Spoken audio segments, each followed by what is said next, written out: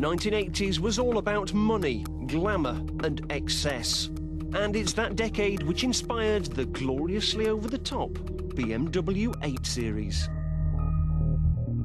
But before you start sneering that you don't want reminding of that dreadfully go-getting, greedy decade, and you don't want anything to do with the BMW 8 Series, thank you very much, well, hang on a minute. It's my job to find you classics that are great value for money, or classics that don't know they even are one, yet. And that's where the 8 Series comes in. You see, the 8 Series is one of the most undervalued GT cars on the road. When it was launched, it was BMW's technological showcase. It was hugely expensive and designed to take on the might of Porsche and Mercedes. But it never really took off. Its rivals were too well established and too good, and as the recession bit, demand for cars like these just leached away. It was the wrong car at the wrong time. But who cares about that? Now they change hands for just £5,000 to £10,000. And in many ways, it's like driving a little Bentley, a very cheap one. And take a look at what you get. A two-door, pillarless coupe with 4 seats that's refreshingly clear of outrageous spoilers and stripes. Instead, it's all muscular, svelte and masculine. And at the front, with its pop-up headlights and body-colour grille, it even hints at the BMW M1, one of the greatest BMWs ever. And then you look inside. This car is dripping with equipment. Take a look at this. Leather everywhere. Electrically adjustable steering column. 6-speed gearbox. Automatic stability control. Sport and comfort settings for the suspension and for the throttle response. Automatic rear sun blind. Onboard computer. Dual zone climate control air conditioning. Electrically adjustable seats. And the kitchen sink was a no-cost option. Feels classy, looks classy, and it's very cheap. Not sure if I mentioned that.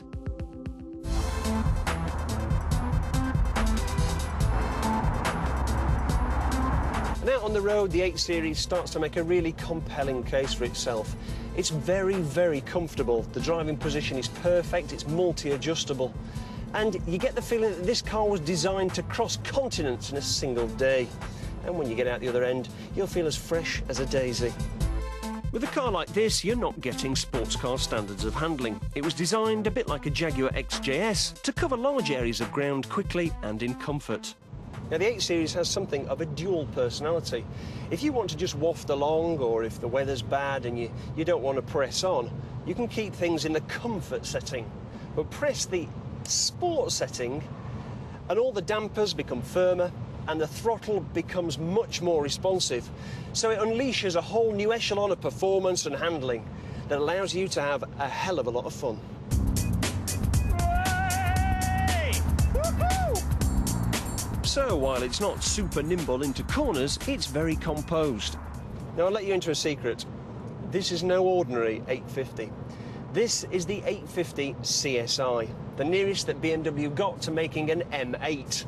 The motorsport department breathed on the engine and suspension, bored it out to 5.6 litres and gave it 380 horsepower. This slashed over a second from the 0 to 60 time, and if you took the restrictor off, this car would carry on going past 180 miles an hour. It's a monster. If you fancy an 8 Series, there are plenty of privately owned cars with low mileages around. They can take high miles in every respect, but at such good value, you may as well spend more and get a sub-100,000-mile car. Avoid lurid colours like purple, and the best compromise is probably the 840 model. Rust is not usually a problem, but do check head gaskets for leaks and suspension bushers. Servicing is pricey, but depreciation at this level is low. On this programme, we do seem to spend an incredible amount of time talking about boots. But you know what it's like. You buy a car with a small boot and you say, well, it doesn't matter, I'll be all right. And 2 weeks later, you're tearing your hair out.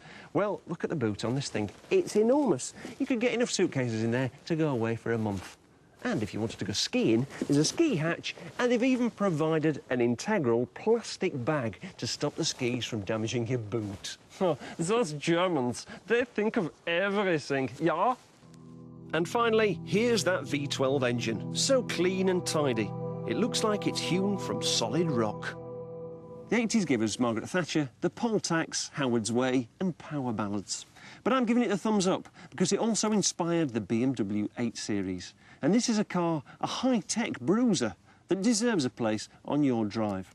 It may not be a classic yet, but its day will come. So strike now, while the iron is very, very hot.